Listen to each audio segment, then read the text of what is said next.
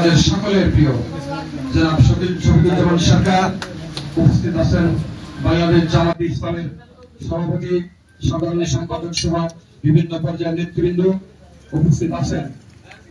এই আটঘরিয়া প্রেস ক্লাবে যাদের মধ্যে দিয়ে এই আটঘরিয়া প্রেস ক্লাব নামক স্থানটি প্রতিষ্ঠিত হয়েছিল, তাদের বেঁচে থাকার মধ্যে 5 জন সদস্য উপস্থিত, বিভিন্ন পর্যায়ের নেতৃবৃন্দ।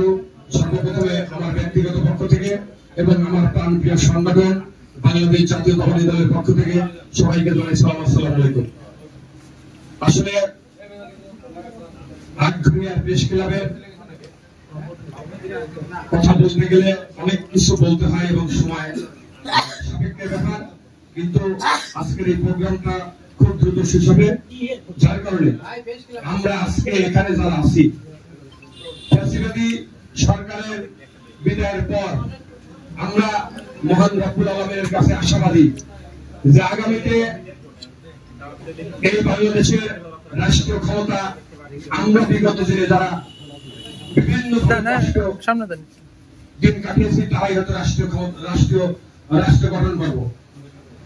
তবে সেই হিসেবে বলতে চাই, আমাদের এই আটঘরিয়ার মাটিতে যেই এমপি হিসাবে আসুক, আমার দল, আমার প্রিয় নেতা জনাব হাবিবুর রহমান হাবিব যদি এই আটঘরিয়ার মাটিতে এমপি হয়, বাংলাদেশ জাতীয়তাবাদী দল যদি রাষ্ট্রীয় ক্ষমতায় আসে, এই আটঘরিয়ার প্রেস ক্লাবে আধুনিকতা করার জন্য যা যা করার দরকার সবাই করবেন ইনশাআল্লাহ।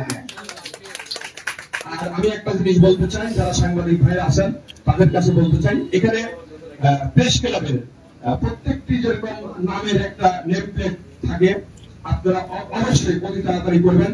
এর জন্য আমাদের থেকে যদি কোনো অর্থের সহযোগিতা নিতে হয় আপনারা নেবেন, কারণ এখানে যারা প্রতিষ্ঠিত এই প্রেস ক্লাব করেছিল তাদের নামগুলো অবশ্যই এখানে রাখলে আমরা যারা আছি বা আমাদের নেক্সট প্রজন্মগুলো জানতে পারবে যে কাদের মাধ্যমে এই আটঘরিয়া প্রেস ক্লাব প্রতিষ্ঠিত হয়েছিল।